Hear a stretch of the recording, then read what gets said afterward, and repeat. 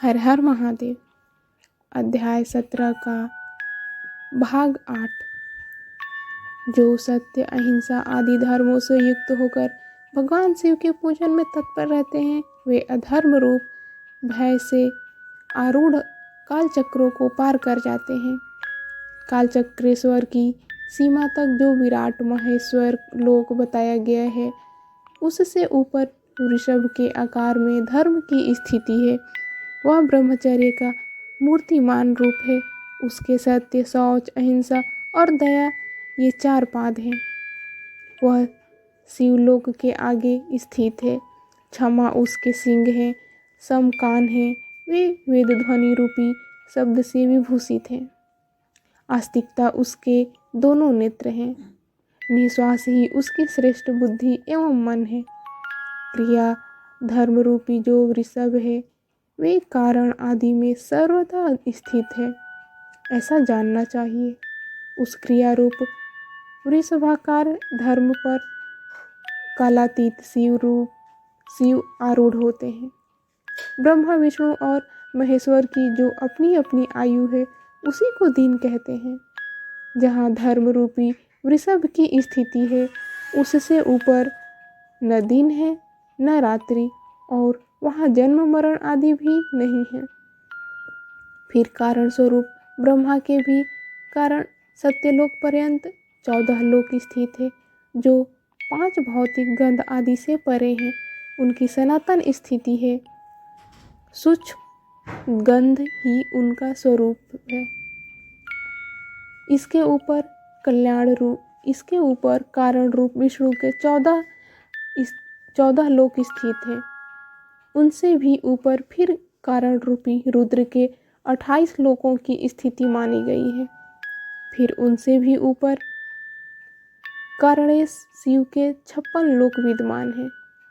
तदंतर शिव सम्मत ब्रह्मचर्य लोक और वहीं 5 आवरणों से युक्त ज्ञानमय कैलाश है। वहाँ पर 5 मंडलों, 5 ब्रह्म कलाओं और आदि शक्ति से संयुक्त आदि लिंग प्रतिष्ठित है। उसे परमात्मा शिव का शिवालय कहा गया है। वहीं पराशक्ति से युक्त परमेश्वर शिव निवास करते हैं। वे सृष्टि, पालन, संहार, तिरोभाव और अनुग्रह, इन 5 कृत्यों में प्रवीण हैं। उनका श्री विग्रह सच्चिदानंद स्वरूप है। वे सदा ध्यान रूपी धर्म में ही स्थित रहते हैं और सदा सब पर अनुग्रह किया करते हैं।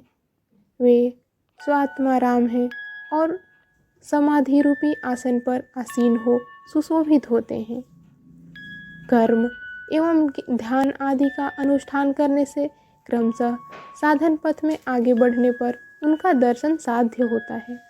नित्य नैमित्तिक आदि कर्मों द्वारा देवताओं का यजन करने से भगवान शिव के समाराधन कर्म में मन लगता है। क्रिया आदि जो शिव संबंधी कर्म हैं, उनके द्वारा शिव ज्ञान सिद्ध करें।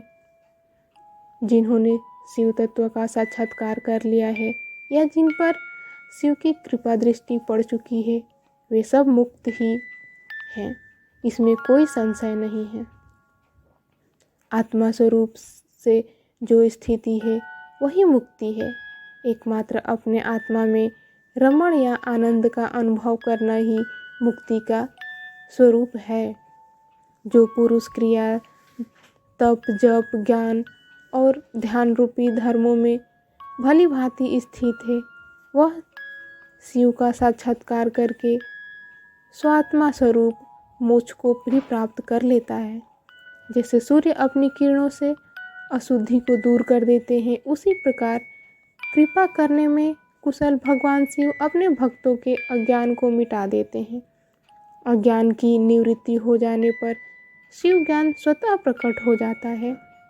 शिव ज्ञान से अपना विशुद्ध स्वरूप आत्मारामत्व प्राप्त होता है और आत्मारामत्व की सम्यक सिद्धि हो जाने पर मनुष्य कृत्य हो जाता है।